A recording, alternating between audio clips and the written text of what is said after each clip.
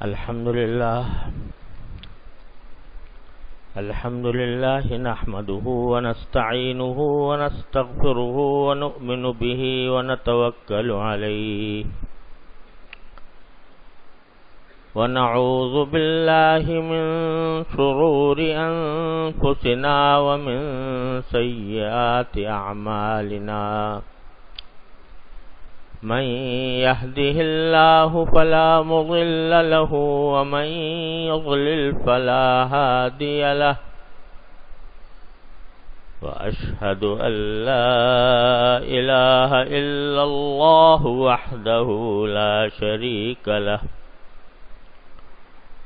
وأشهد أن سيدنا وسندنا ونبينا ومولانا محمدا عبده ورسوله صلى الله تعالى عليه وعلى آله وأصحابه وبارك وسلم تسليما كثيرا اما بعد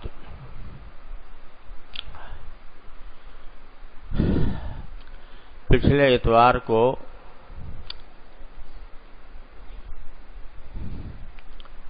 میں نے عرض کیا تھا کہ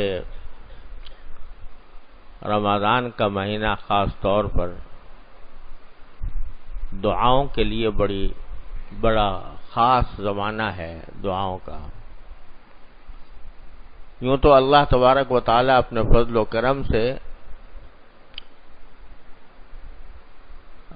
ہر زمانے میں اور ہر جگہ بندے کی دعا سنتے ہیں اور قبول فرماتے ہیں، لیکن رمضان کے مہینے میں خاص طور پر اللہ تبارک و تعالی کی رحمت بندوں کو نوازنے کے لیے بہانے ڈھونڈتی ہے۔ روزہ رکھا تو معافی، روزے کے وقت افطار کر رہے ہو اس وقت دعا کر لو تو اللہ تبارک و تعالیٰ قبول فرماتے ہیں، روزے کی حالت میں کر لو اللہ تعالیٰ قبول فرماتے ہیں، رات کو اللہ تعالیٰ کی عبادت کرنے کے ساتھ دعا کر لو اللہ تعالیٰ قبول فرماتے ہیں۔ غرض قدم قدم پر اللہ تبارک و تعالی نے مقامات اجابت رکھے ہیں۔ تو اس لحاظ سے اگر دیکھا جائے تو یہ دعا کا بھی مہینہ ہے، اور حقیقت یہ ہے کہ ہم لوگوں کو دعا مانگنا آتا نہیں۔ جس کسی کو دعا مانگنا آ جائے بس اس کو سمجھو کہ دنیا و آخرت کی کامیابی مل گئی۔ دعا کرنے کا اللہ تبارک و تعالیٰ سلیقہ عطا فرما دے، دعا کرنے کی اہمیت دل میں ڈال دے، جو دعا اللہ تبارک و تعالیٰ کی بارگاہ میں کرنے کا ایک ذوق پیدا فرما دے تو سمجھو کہ سب کچھ حاصل ہو گیا۔ تو ہمارے کچھ احباب نے یہ فرمایا تھا، فرمائش کی تھی، اور مجھے بھی دل چاہتا تھا کہ جو دعائیں قرآن کریم میں وارد ہوئی ہیں اور جو نبی کریم سرورت عالم صلی اللہ علیہ وسلم سے ماثور ہیں ان میں ایک ایک کر کے کچھ تھوڑی سی تشریح پیش کروں۔ تو احباب نے کہا تھا کہ مناجات مقبول ہم پڑھتے ہیں تو اس کی تشریح ہو جایا کرے، تو اللہ کے نام پر وہ شروع کرتے ہیں آج۔ مناجات مقبول در حقیقت حضرت حکیم الامت مولانا اشرف علی صاحب تھانوی قدس اللہ تعالی سرہ نے دعاؤں کا ایک مجموعہ مرتب کیا ہے، اور یہ دعائیں در حقیقت خلاصہ ہیں الحزب الاعظم کا۔ الحزب الاعظم جو حضرت ملا علی قاری رحمۃ اللہ علیہ کی تالیف ہے اس میں انہوں نے نبی کریم صلی اللہ علیہ وسلم سے جو دعائیں یا قرآن کریم کی دعائیں وہ جمع کی تھی. تو ذرا مفصل ہے، لمبی ہے.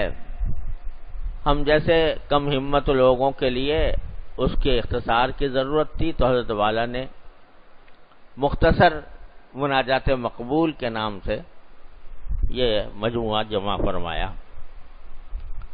اور اس کو اس طرح تقسیم کر دیا کہ ہر روز تھوڑی سی دعائیں اس میں ہو جائیں. اس کو ایک منزل کہتے ہیں. ہفتے کی منزل، اتوار کی منزل، پیر کی منزل، منگل بدھ جمعرات کی منزل ہے. لیکن اس کا یہ مطلب نہیں ہے کہ ان دعاؤں کا خاص پیر سے تعلق ہے یا منگل سے تعلق ہے یا بدھ سے تعلق ہے، یا بس جمع کیے تاکہ ایک مرتبہ وہ سارا خلاصہ ہفتے میں آدمی وہ دعائیں مانگ لے اللہ تبارک و تعالی سے. اور حقیقت تو یہ ہے کہ ہم لوگوں کو، جیسا میں عرض کیا تھا، دعا مانگنا آتا نہیں. تو قربان جائیے نبی کریم صلی اللہ علیہ وسلم کے کہ آپ ہمیں مانگنا بھی سکھا گئے کہ کیا مانگنا چاہیے، کس طرح مانگنا چاہیے، کن الفاظ میں مانگنا چاہیے. تو وہی مناجات مقبول کا حاصل ہے.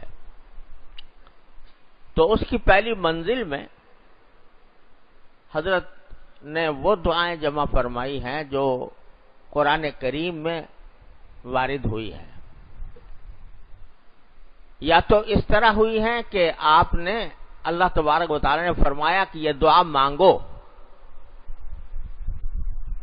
جیسے وَقُلْ رَبِّ اغْفِرْ وَارْحَمْ وَأَنْتَ خَيْرُ الرَّاحِمِينَ، کہا کہ کہو یہ دعا کے الفاظ کہو، رب اغفر وارحم وانت خیر الراحمین، کیا پروردگار میری مغفرت بھی فرمائیے، مجھ پر رحمت بھی فرمائیے، انت ارحم الراحمین.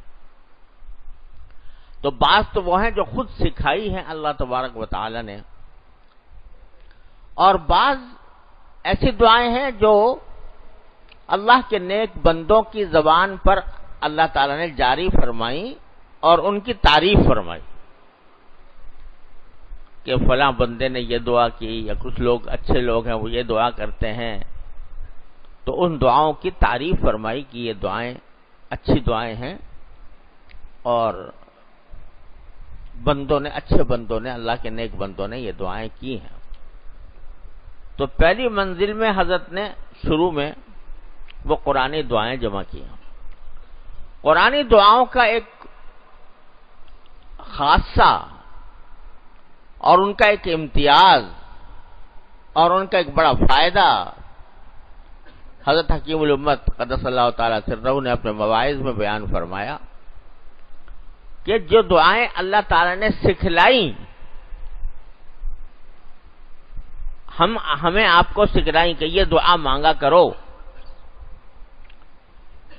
تو یہ دعا جو ہے انشاءاللہ اس کی قبولیت میں کوئی شک نہیں ہونا چاہیے، کیونکہ خود سکھلا رہے ہیں کہ یہ کہو رب اغفر وارحم وانت خیر الراحمین مثلا. تو ایک شریف آدمی سے بھی یہ بات ممکن نہیں ہے کہ کوئی آدمی دوسرے کو دعوت دے کہ بھائی مجھ سے یہ مانگو، اور جب دینے کا وقت آئے تو کہ بھاگ جاؤ. کوئی شریف آدمی ایسا نہیں کر سکتا.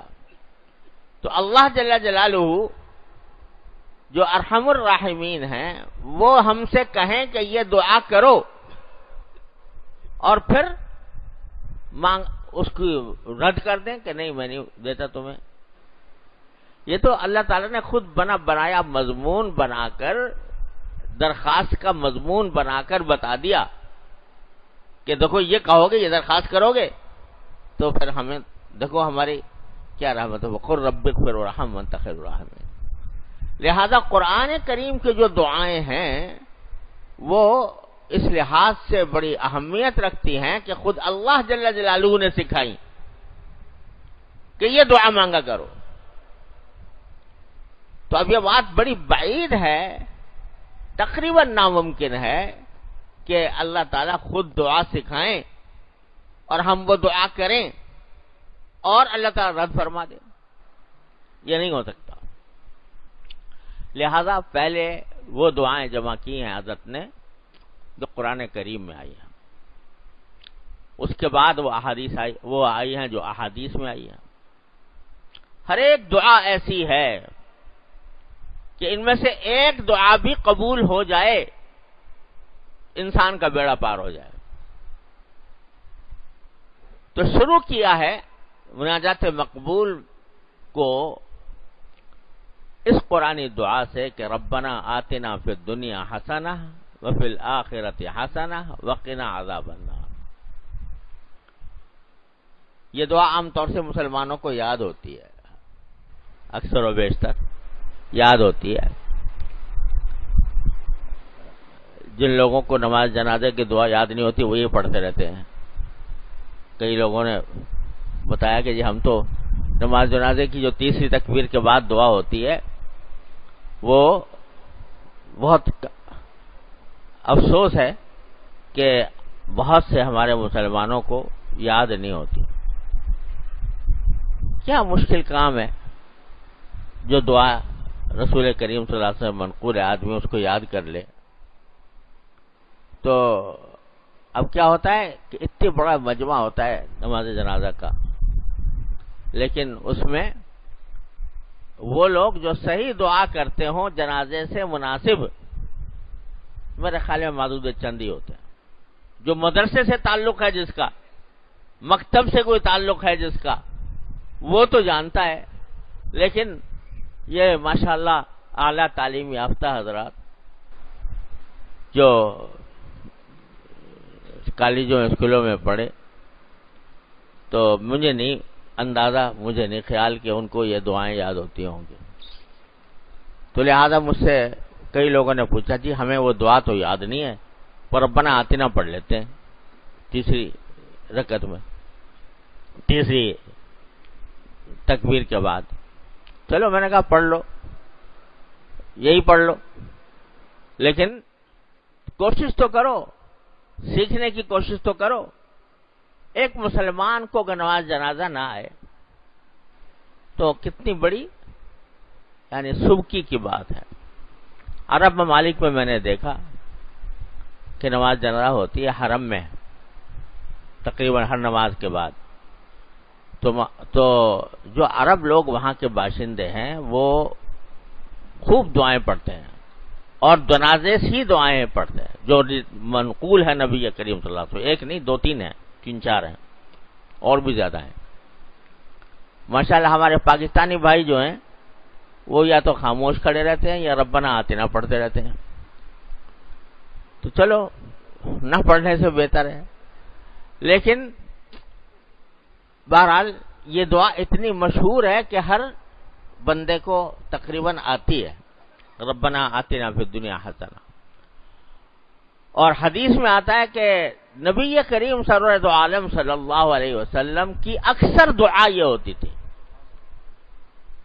اکثر و بیشتر جو دعائیں مانگتے، دعا مانگتے تھے وہ یہ مانگتے تھے ربنا آتنا فی الدنیا حسنۃ وفی الآخرۃ حسنۃ وقنا عذاب النار۔ اور یہ دعا درحقیقت قرآن ہی کی سکھائی ہوئی ہے۔ سورہ بقرہ میں اللہ تبارک و تعالی نے فرمایا کہ جب حاجی لوگ وہاں سے عرفات سے واپس آتے ہیں تو پھر مزدلفہ میں جو المشعر الحرام ہے وہاں پر اللہ کا ذکر کرنا چاہیے کہ اذا افضتم من عرفات فاذکروا اللہ عند المشعر الحرام۔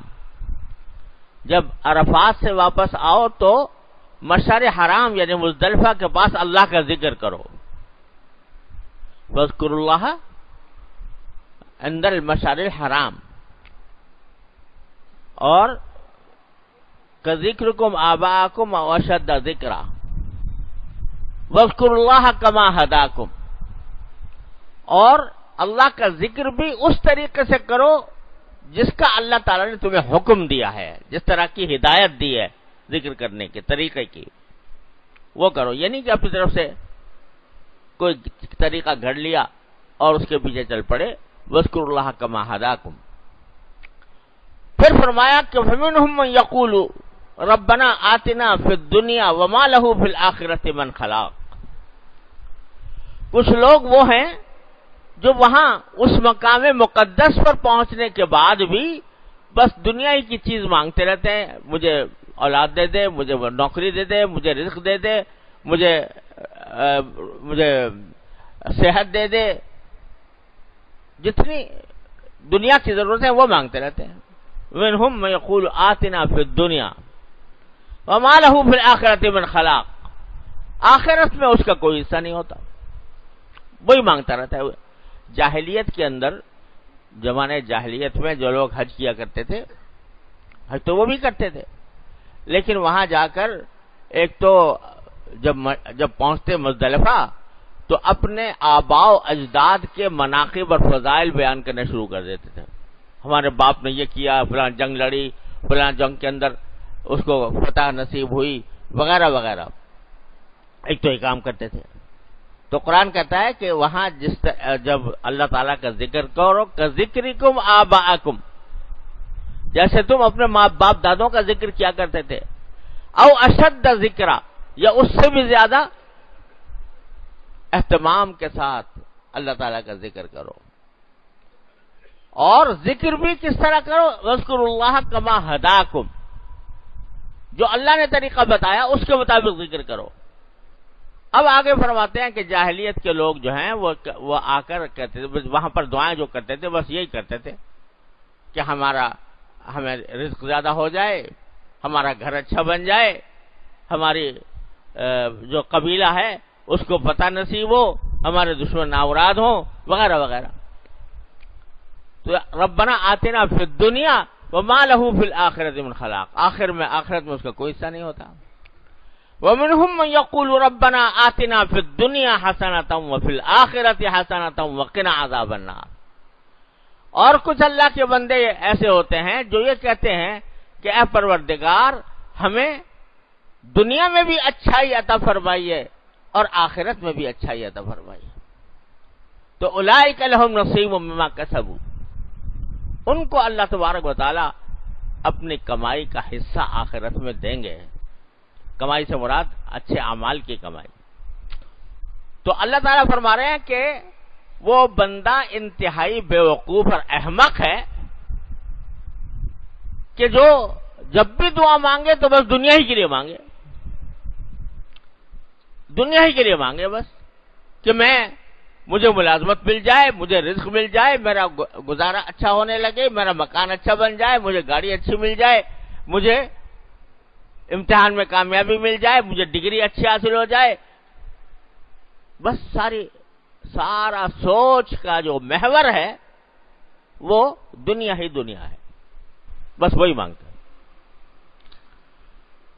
آخرت کی بات مانگیں کہ یا اللہ آخرت میں ہمارا انجام اچھا کر دیجئے, ہمارے گناہ معاف کر دیجئے, تو اس کی طرف دھیان ہی نہیں. تو اللہ تعالیٰ نے یہاں پر ان لوگوں کی مذمت کی ہے جو جب بھی مانگیں گے دنیا کی بات مانگیں گے, جب بھی مانگیں گے دنیا کی بات مانگیں گے, آخرت کے بارے میں کچھ نہیں. تو یہ اللہ تعالیٰ فرماتے ہیں کہ یہ احمق تنگ نظر لوگ ہیں. ان کی جو سوچ ہے اس کا دائرہ صرف دنیا کی لذتوں کی طرف اور دنیا کے اسباب کی طرف محدود ہے. بس یہ مل جائے تو اس کو سب کچھ مل گیا, چاہے قبر میں جا کے پٹائی ہو, الیاذ باللہ. تو وہ یہ کہتے ہیں کہ ہمیں دنیا دے دیجئے. اب دنیا میں جو غلط چیزیں ہیں وہ بھی مانگتے ہیں. ہمارے والد صاحب رحمۃ اللہ علیہ کے پاس ایک بزرگ آیا کرتے تھے, بڑے عمر رسیدہ تھے, جہاں دیدہ تھے, بڑے تاجر تھے, تہجد گزار تھے. تو کچھ عرصے کے بعد پتہ چلا کہ وہ وظیفے جو ہر وقت پڑھتے رہتے ہیں تو وظیفے میں دعا یہ مانگتے ہیں کہ اللہ سٹے میں میرا جو ہے نمبر نکل آئے. وظیفے گھونٹ رہے ہیں رات کو تہجد میں اٹھنے کے بعد کس کام کے لیے؟ کہ میرا سٹا جو ہے وہ کامیاب ہو جائے. اب یعنی آدمی کی جو سوچ ہے وہ اس طرف لگی ہوئی ہے العیاذ باللہ، دنیا کی طرف. اور ہم اپنے ذرا گریبان میں منہ ڈال کر دیکھیں تو ہماری خواہشات، ہماری امنگیں، ہمارے خیالات زیادہ تر اسی طرف چلتے ہیں کہ ہمیں دنیا کی نعمتیں حاصل ہو جائیں، لذت مل جائے، گھر مل جائے، گاڑی مل جائے، لوگوں میں ہماری شہرت ہو جائے، مقبولیت ہو جائے، بس اس طرف چل رہی ہیں. یہ تصور کہ وہ جنت ملے جس کی تفسیر قرآن کریم نے بیان فرمائی ہے کہ جو چاہو گے ملے گا، نہ خوف ہوگا نہ غم ہوگا، لا خوف علیہم ولا هم یحزنون. تو اس کا خیال، اس کی فکر، اس کی سوچ، اس کی امنگ، اس کا شوق یہ شاذ و نادر. تو قرآن کہتا ہے کہ وہ کہتے ہیں ربنا آتنا فی الدنیا وما لہ فی الآخرۃ من خلاق. آخرت میں کوئی حصہ ہی نہیں ہے. اللہ تعالی ہمیں ان میں شامل نہ فرمائے. اور حضور اقدس صلی اللہ علیہ وسلم نے یہ دعا بھی فرمائی، آگے آئے گی انشاءاللہ، کہ اللہم لا تجعل الدنیا اکبر ہمنا ولا مبلغ علمنا ولا غایت رغبتنا. اللہ ایسا نہ کیجئے کہ ہر وقت ہمارے دماغ پر دنیا ہی سوار رہے، اور اللہ ایسا بھی نہ کیجئے کہ ہماری علم کا مبلغ، علم کی انتہا بس دنیا ہی کے اوپر ہو جائے، اور ہماری ساری رغبت اور شوق کا مرکز جو ہے صرف دنیا ہی بنی رہے. تو ایسا نہ کیجیے گا. تو مذمت ہے ان لوگوں کی کہ ان کے دل و دماغ پر ہر وقت دنیا ہی مسلط ہے، اسی کی خواہش ہے، اسی کی امنگ ہے، اسی کا شوق ہے. آگے اللہ تعالیٰ فرماتے ہیں وَمِنْهُمْ مَن يَقُولُ رَبَّنَا آتِنَا فِي الدُّنْيَا حَسَنَةً وَفِي الْآخِرَةِ حَسَنَةً وَقِنَا عَذَابَ النَّارِ. تعریف کس کی؟ اس کی جو دنیا میں بھی حسنہ مانگے، اللہ دنیا میں بھی اچھائی عطا فرمائیے اور آخرت میں بھی اچھائی عطا فرمائیے. دنیا میں بھی اچھی چیزیں دیجئے، آخرت میں بھی اچھی چیزیں دیجئے. حسنہ ایک لفظ ہے چھوٹا سا اور کائنات پوشیدہ ہے. دنیا کے اندر حسنہ مل جائے، اس میں یہ بھی ہے حسنہ اچھائی یہ بھی ہے کہ رزق اچھا مل رہا ہو، اچھائی یہ بھی ہے کہ صحت اچھی ہو رہی ہو، اچھائی یہ بھی ہے کہ اولاد ہو، اچھائی یہ بھی ہے کہ گھر والے مطمئن ہوں، اچھائی یہ بھی ہے کہ دوست احباب اچھے ہوں، اچھائی یہ بھی ہے کہ آدمی کو علم حاصل ہو، اچھائی یہ بھی ہے کہ اللہ تبارک و تعالیٰ اس کو عمل صالح کی دنیا میں توفیق عطا فرما. سب اچھائی. ایک چھوٹا سا لفظ 4 حرفوں کا حسنہ، ہا سین نون تا، اور اس میں ساری کائنات سمٹ آئی ہے. اچھا دوسری بات یہ کہ ذرا اس پر غور کرو کہ وہ جن لوگوں کی نگاہ دنیا کی حد تک محدود رہتی ہے، جب ان کا ذکر کیا ان کی دعا کا تو وہاں پر کہا ربنا آتنا فی الدنیا وما لہ فی الآخرۃ من خلاق. وہاں حسنہ نہیں ہے، وہ تو دنیا کی اپنی مطلوبہ چیزیں مانگتے ہیں. ہمیں یہ مل جائے، وہ مل جائے، یہ مل جائے، وہ مل جائے، ہمیں اچھا گھر مل جائے، ہماری آمدنی بڑھ جائے، بینک بیلنس ہو جائے. اس میں اچھائی برائی کا تصور نہیں کہ حقیقت میں وہ اچھائی ہو، بلکہ ان کو اپنے ذہن میں کچھ مطلوبہ چیزیں گھڑ رکھی ہیں، وہ چاہے حلال ہو یا حرام ہو، والعیاذ باللہ، جائز ہو یا ناجائز ہو، اور وہ حقیقت میں مفید ہوں یا مفید نہ ہوں، وہ اپنی طرف سے گھر رکھی ہیں. یا اللہ دنیا میں انہیں دے دے، چاہے سٹے کی رقم ہی دے دے، چاہے سود کی رقم ہی دے دے، لیکن دے دے، دنیا میں پیسے دے دے. ہمیں جو سکھایا قرآن نے، کہا کہ نہیں نہیں، دنیا میں ضرور مانگو، بے شک مانگو، دنیا بھی مانگو، لیکن دنیا میں حسنہ مانگو، اچھائی مانگو. اچھائی جس چیز میں ہو دنیا کے اندر اللہ وہ عطا فرمائیے. اب اچھائی جو ہے نا، یعنی اگر اللہ مال دیں آپ تو حلال دیں، رزق عطا فرمائیں تو حلال عطا فرمائیں، صحت عطا فرمائیں تو صحت ایسی ہو کہ جو آپ کے کاموں میں استعمال ہو. اللہ علم عطا فرمائے تو علم کی حقیقت عطا فرمائے. تو ایک مختصر لفظ میں دنیا کی ساری اچھائیاں جمع کر دیں. آپ ذرا سوچو کہ اگر اللہ تعالیٰ ہماری یہ دعا قبول فرمائے، ربنا آتنا فی الدنیا حسنہ، تو کیا رہ گیا؟ دنیا کے اندر جتنی اچھی چیزیں ہیں وہ سب آ گئیں، اور اس میں جہاں مادی چیزیں آ گئیں وہاں روحانی چیزیں بھی. اللہ تبارک و تعالی حسنہ عطا فرمائے، دنیا میں نیک اعمال کی توفیق عطا فرمائے، اپنے ذات کے ساتھ تعلق عطا فرمائے، تعلق مع اللہ عطا فرمائے، اپنا قرب عطا فرمائے، اپنی دھن میں لگے رہنے کا جذبہ عطا فرمائے. اللہ تبارک و تعالی یہ سب دنیا میں عطا فرمائے. ربنا آتنا فی الدنیا حسنہ.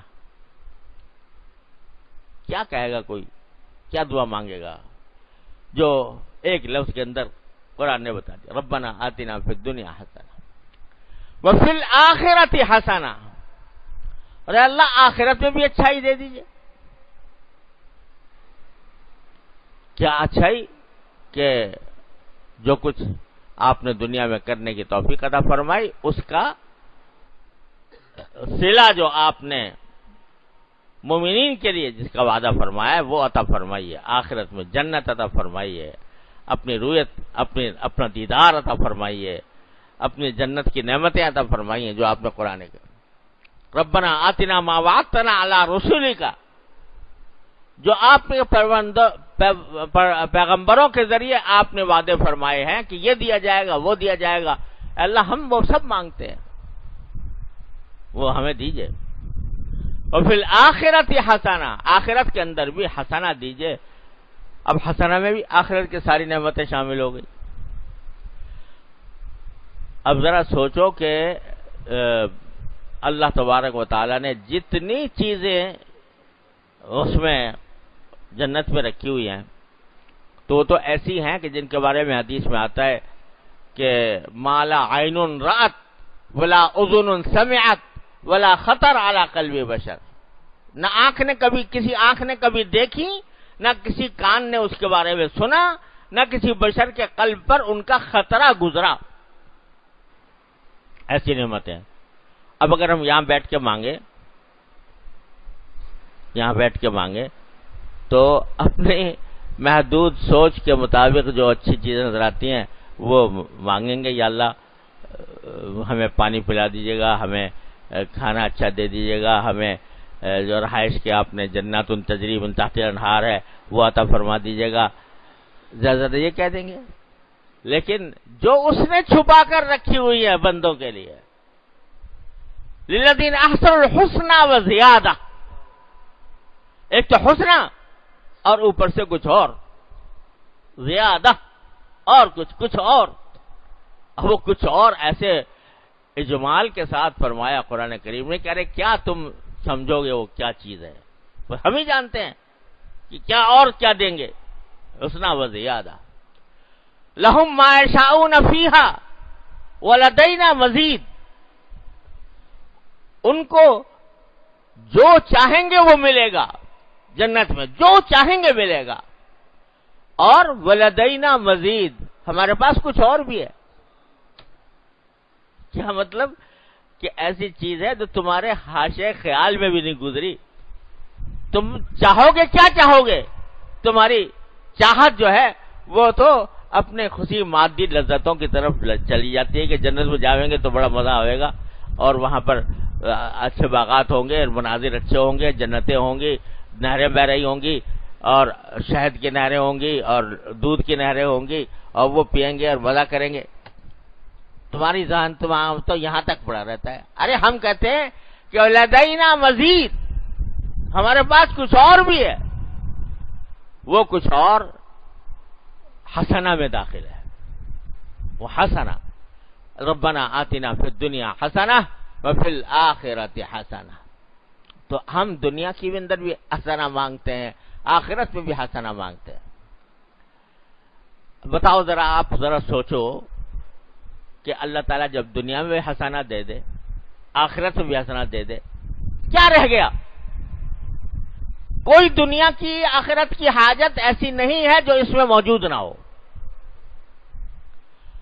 ایسی چیز سکھا دی قرآن کریم نے، اور جو خود سکھا رہا ہے ارے یوں کرو تو کیا محروم کر دے گا؟ منگوا کر کہہ رہے ہیں کہ یہ وہ لوگ ہیں اچھے جو یہ دعا مانگتے ہیں کہ دنیا بھی دے دے، آخرت بھی دے دے. اولئک لہم نصیب مما کسبوا، ان کو اللہ تعالیٰ حصہ دیں گے ان کی کمائی کا. تو رد کر دیں گے؟ انشاءاللہ کبھی رد نہیں ہوگی. اخلاص کے ساتھ مانگو، سوچ سمجھ کر مانگو. ربنا آتنا فی الدنیا حسنہ وفی الآخرۃ حسنہ. تو یہاں سکھایا کیا؟ سکھایا یہ کہ صرف دنیا کی حد تک محدود نہ رہو. آج کی دنیا جو ہے نا، ذرا اپنے اوپر منطبق کر کے دیکھیں کہ کسی سے دعا بھی منگوائیں گے تو کہیں گے بھئی میرے بیٹے کا امتحان ہو رہا ہے، اس کو کہہ دو کام وہ اس کو اچھا نمبروں سے پاس ہو جائے، ڈگری اچھی مل جائے. علماء سے پاس جائیں گے، اللہ والوں کے پاس جائیں گے، دعا مانگیں، یا اللہ دعا کر دینا بھائی ہمارے وہ اس کا گرین کارڈ بننے والا ہے تو امریکہ کا، اس میں جو رکاوٹیں ہیں وہ دور ہو جائیں، ہمیں امریکہ کی نیشنلٹی مل جائے، ہمیں برطانیہ کی مل جائے، ہمیں فلاں ڈگری حاصل ہو جائے. علماء سے بھی اور اہل اللہ سے بھی دعا منگواتے ہیں تو یہ منگواتے ہیں. اور اس کا بڑا ذوق ہے کہ جی اس کا کچھ وظیفہ بتا دو، اس کا کچھ وظیفہ بتاؤ کہ ہمارے بیٹے کی نوکری اچھی لگ جائے، اور اس بات کا وظیفہ بتاؤ کہ اس کا جو ہے ڈگری اچھی مل جائے. یہ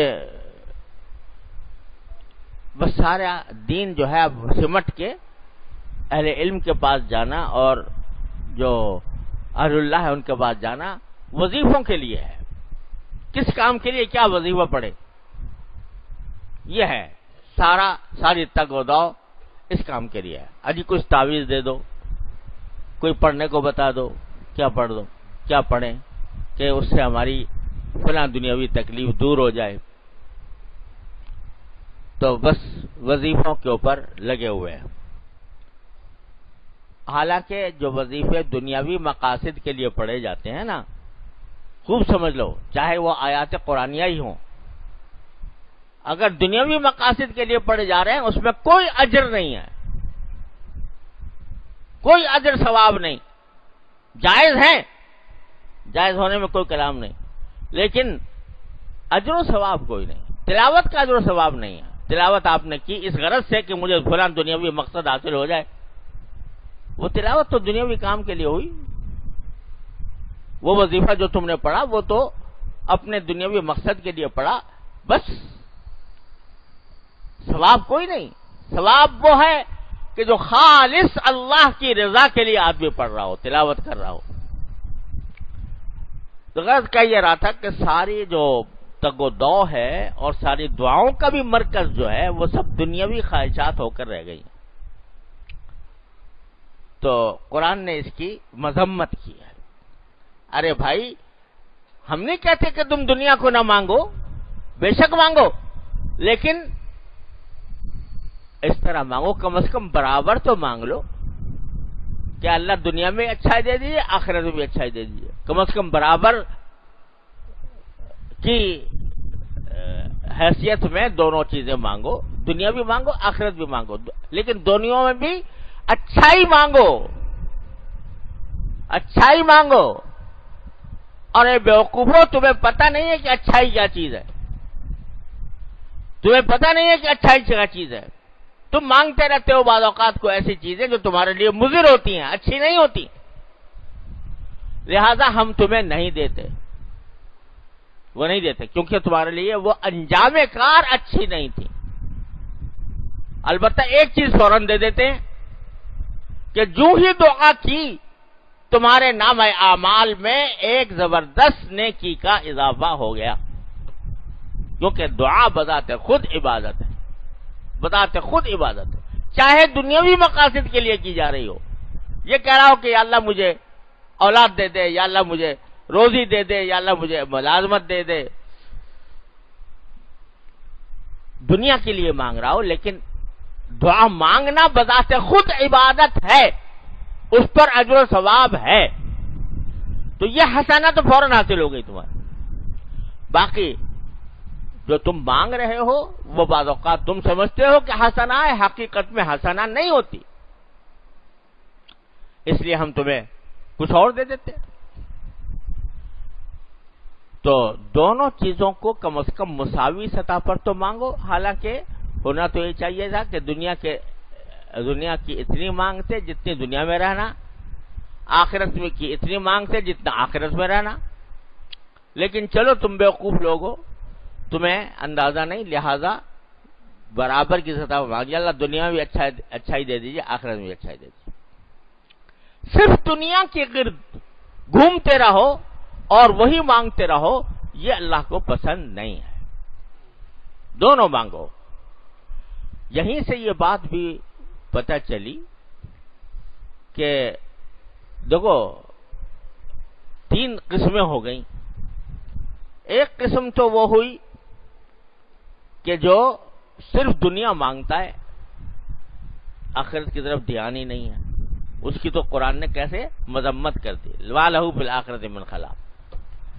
ایک وہ ہے جو دنیا بھی مانگتا ہے اور آخرت بھی مانگتا ہے، اس کی توثیق کر دی، اس کی تصدیق کر دی، اس کی تعریف کر دی۔ ایک وہ ہے جو صرف آخرت مانگتا ہے، دنیا نہیں مانگتا، صرف آخرت مانگتا ہے، اجی دنیا میں نہیں مجھے کچھ چاہیے، مجھے جو کچھ دینا وہیں دے دینا، اللہ آخرت میں اس کا ذکر نہیں کیا اللہ تعالیٰ نے، نہ اس کی تعریف کی کہ جو صرف آخرت مانگے اور دنیا نہ مانگے۔ ارے آخرت کو تک پہنچنے کے لیے دنیا ہی تو سیڑھی ہے، لہذا صرف آخرت مانگنا اور دنیا کی بات نہ مانگنا یہ بھی اللہ کو پسند، اللہ تعالیٰ کو پسند نہیں۔ ارے بندگی کا تقاضا یہ ہے کہ دنیا کی بات، دنیا چیز بھی مانگے، یا اللہ میں تو کمزور ہوں، میں فقر و فاقہ برداشت نہیں کر سکتا، مجھے عطا فرمائیے، رزق دیجئے مجھے، میں بیماری نہیں سہ سکتا، اللہ مجھے صحت عطا فرمائیے۔ تو صرف آخرت ہی مانگتے رہو کہ بس یا اللہ وہاں دے دیجئے، مجھے یہاں نہیں چاہیے کچھ، یہ جو ہے نا یہ عبدیت کے خلاف ہے، بندگی کے خلاف ہے۔ ارے بندہ تو ہاتھ پھیلاتا ہے، ہر کام کے لیے اللہ کے سامنے ہاتھ پھیلاتا ہے، جو اچھی چیز ہے اس کے لیے ہاتھ پھیلاتا ہے۔ تو صرف آخرت کو اس کے معنی کیا ہوئے؟ اگر کوئی شخص صرف آخرت مانگے اور دنیا نہ مانگے تو اس کے معنی کیا ہوئے کہ یوں کہتا ہے کہ جی میں دنیا میں مجھے آپ کی طرف رجوع کرنے کی ضرورت نہیں، الیاذ باللہ۔ دعا کرتے ہو تم، دعا کیا کرتے ہو؟ یعنی کیا دعا نہیں کرتے اس بیماری کو دور ہونے کی؟ تو انہوں نے کہا کہ یا رسول اللہ میں نے تو اللہ تعالیٰ سے یہ دعا کی تھی کہ اللہ آپ کو آخرت میں مجھے جو کچھ عذاب دینا ہے مجھے دنیا میں دے دے، اللہ جو آخرت میں عذاب دینا ہے وہ مجھے دنیا میں دے دے، آخرت میں برداشت نہیں کر سکوں گا، یہاں دے دے۔ سرکار دو عالم صلی اللہ علیہ وسلم نے فرمایا کہ بندے خدا تم نے ایسی چیز مانگ لی جو تمہارے طاقت سے باہر ہے، طاقت سے باہر ہے. کہاں وہ عذاب برداشت کر سکو گے دنیا کے اندر؟ ارے یوں کہو کہ ربنا آتنا فی الدنیا حسنۃ وفی الآخرۃ حسنۃ وقنا عذاب النار. یہ دعا مانگو. لہذا بہادر نہ بنو کہ مرض آ گیا تو اب ہم دعا نہیں مانگتے اللہ میاں سے.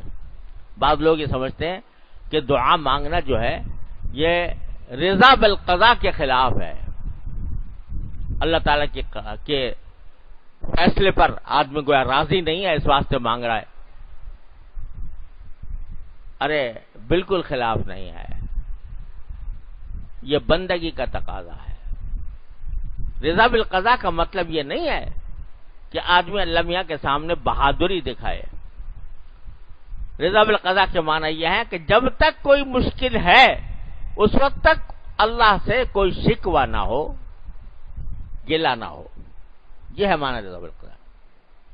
باقی اس کو دور کرنے کے لیے دعا مانگے تو یہ رضا بالقضاء کے خلاف نہیں ہے. اللہ تعالیٰ چاہتے ہیں کہ مانگے بندہ، اللہ تعالیٰ چاہتے ہیں کہ بندہ مانگے، صحت مانگے، رزق مانگے، جو حاجتیں اس کو دنیا کی ہیں وہ مانگے. تو یہ بہادری دکھانا اچھی بات نہیں ہے. تو حقیقت یہ ہے کہ یہ دو جملے ربنا آتنا فی الدنیا حسنہ وفی الآخرۃ حسنہ، یہ اس میں دنیا آخرت کی کوئی بھلائی چھوڑی نہیں جو اس میں آ نہ گئی ہو. جب مانگ رہے ہو ربنا آتنا فی الدنیا حسنہ تو ذرا سوچ سمجھ کے کہ دنیا کی حسنہ صحت بھی ہے، مال بھی ہے، اولاد بھی ہے، گھر والے بھی ہیں، اور نیک اعمال بھی ہیں، نیک اعمال بھی ہیں، اللہ تعالی کے ساتھ تعلق بھی ہے. ارے اس سے اچھی دنیا کس کی ہوگی جس کا ہر وقت اللہ تعالیٰ سے تعلق جڑا ہوا ہو، جس کا دل اللہ تعالیٰ کی ذکر سے آباد ہو، اس کی یاد سے آباد ہو. اس سے اچھی دنیا کس کی ہوگی؟ لہذا یہ سب باتیں حسنہ کے اندر داخل ہیں. جب مانگے تو آدمی ذرا تھوڑا تصور کر لیا کرے. اور آخرت کی حسنہ تو جو قرآن میں تھوڑی بہت چیزیں بیان کی اللہ میں نے جھلک دکھانے کے لیے، وہ اصل جو کچھ ہوں گی وہ تو وہیں جا کے پتہ لگیں گی. لیکن تھوڑی دکھا دی کہ جی وہاں پر پھل ہوں گے اور پرندوں کا گوشت ہوگا اور جو ہے وہ جو چاہو گے ملے گا، اور ٹہنیاں نیچے جھکی ہوئی ہوں گی، اس میں پھل لگے ہوئے ہوں گے، جب چاہو گے توڑ لو گے، وغیرہ وغیرہ. لیکن ساتھ میں اس کے ساتھ یہ بھی کہہ دیا کہ ارے تم سمجھو گے نہیں ابھی جب تک وہاں پہنچ نہیں جاؤ گے. تو اس سب کا تصور کر لو. اب آخر میں اس کے جملے کے بعد فرمایا وقنا عذاب النار، اے اللہ ہمیں جہنم کے عذاب سے بچا لیجئے، آگ کے عذاب سے بچا لیجئے. سوال پیدا ہوتا ہے کہ جب دنیا میں بھی اچھائی مل گئی، آخرت میں بھی مل گئی، تو پھر یہ کہنے کی کیا ضرورت پیش آئی کہ اچھائی جب آخرت میں ملے گی تو جبھی تو ملے گی جب آدمی کو آگ سے بچاؤ ہو جائے. تو یہ کہنے کی کیا ضرورت وقنا عذاب النار. تو وجہ اس کی یہ ہے کہ چلو دنیا میں بھی اچھائی مل گئی، عمل صالح بھی کی بھی توفیق ہو گئی، آخرت میں بھی اچھائی مل گئی یعنی جنت مل گئی. لیکن بہت سے جو مسلمان ہوتے ہیں، کون مسلمان ایسا ہے کہ جس سے کبھی نہ کبھی کوئی نہ کوئی غلطی یا کوئی گناہ سرزد نہ ہوا ہو؟ دنیا میں ویسے تو اچھا وقت گزارا، بہتر سے مجموعی الحمدللہ، لیکن کچھ گناہ بھی ہو گئے، کبھی آنکھ بہک گئی، کبھی زبان بہک گئی، کبھی اعضاء و جوارح بہک گئے. تو اگر بالفرض بحیثیت مجموعی آدمی نے مومن کی زندگی گزاری لیکن کچھ نہ کچھ گناہ اس کے نامہ اعمال میں ہیں، تو اصل قانون اللہ تبارک و تعالیٰ کا یہ ہے کہ پہلے اس گناہ کی سزا بھگتو جہنم میں، پھر جنت میں بھیجیں گے. تو حسنہ تو ہے تمہارے لیے آخرت میں بھی، یعنی جنت، آخر کار جنت، جس کے بارے میں رسول کریم صلی اللہ علیہ وسلم نے اعلان فرما دیا کہ جس نے ایک مرتبہ لا الہ الا اللہ دل سے کہہ دیا وہ جنت میں داخل ہوگا. یہ حسنہ ہے.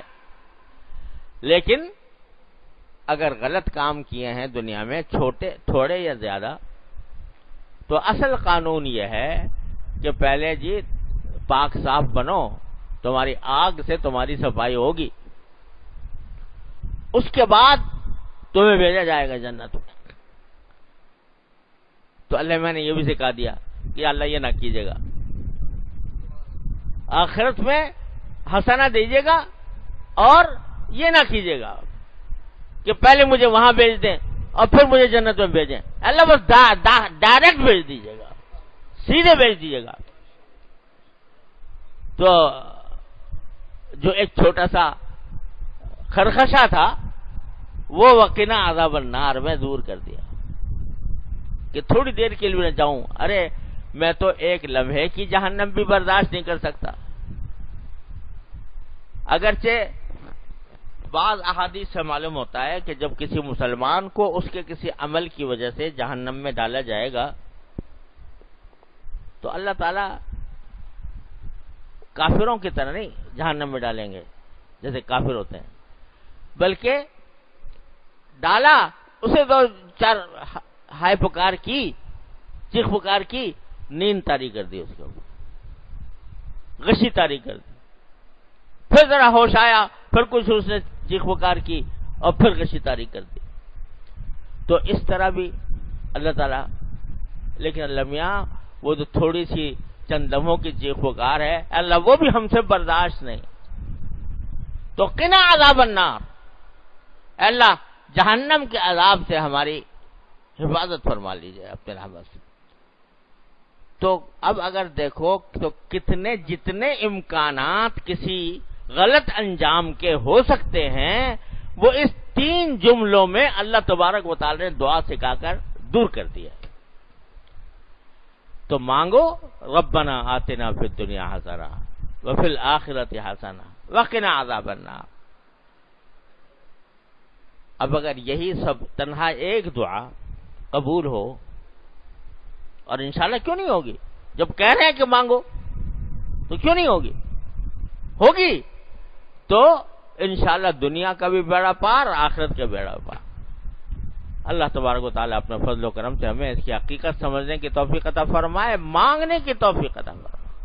تلاوت نہیں ہے، دعاؤں کی تلاوت نہیں ہے، دعاؤں کو مانگنا ہے.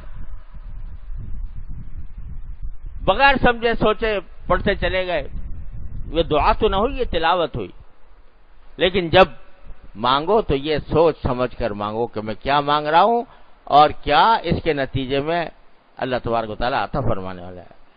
اللہم صلی علی سیدنا محمد وعلی آل سیدنا محمد کما صلیت علی ابراہیم وعلی ربنا اغفر لنا ذنوبنا واسرافنا فی امرنا وثبت اقدامنا وانصرنا علی القوم الکافرین. ربنا آتنا فی الدنیا حسنۃ وفی الآخرۃ حسنۃ وقنا عذاب النار. ربنا آتنا فی الدنیا حسنۃ وفی الآخرۃ حسنۃ وقنا عذاب النار. ربنا آتنا فی الدنیا حسنۃ وفی الآخرۃ حسنۃ وقنا عذاب النار.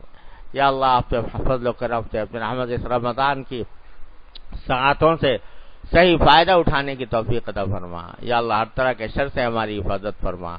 یا اللہ نفس و شیطان کے مقاصد سے ہماری حفاظت فرما.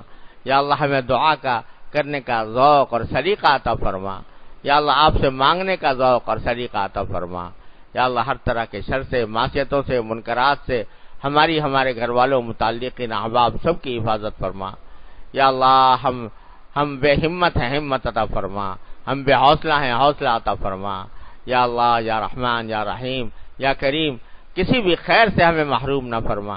یا اللہ اس مبارک مہینے میں آپ نے جن جن انوار و برکات کا وعدہ فرمایا، اے اللہ ہم اس کے مستحق نہیں ہیں لیکن محتاج ہیں، یا اللہ ہمارے استحقاق پر نظر نہ فرما، ہماری احتیاج پر نظر فرما، اور یا اللہ وہ سب ہم کو عطا فرما دے، یا اللہ سب ہم کو عطا فرما دے، کسی سے ہمیں محروم نہ فرما۔ یا اللہ سارے انوار و برکات جو آپ نے اس مقدس مہینے کے اندر رکھے ہیں، یا اللہ ہم ان سب کے محتاج ہیں، اے اللہ آپ سے رحمت سے وہ سب عطا فرما دیجئے۔ اللہم انا نسألک من خیر ما سألک منہ عبدک و نبیک سیدنا محمد صلی اللہ علیہ وسلم، ونعوذ بک من شر ما استعاذک منہ عبدک و نبیک سیدنا محمد صلی اللہ علیہ وسلم۔ ربنا تقبل منا انک انت السمیع العلیم وتب علینا انک انت التواب الرحیم، وصلی اللہ تعالی علی خیر خلقہ سیدنا مولانا محمد وعلی آلہ واصحابہ اجمعین، آمین برحمتک یا رب۔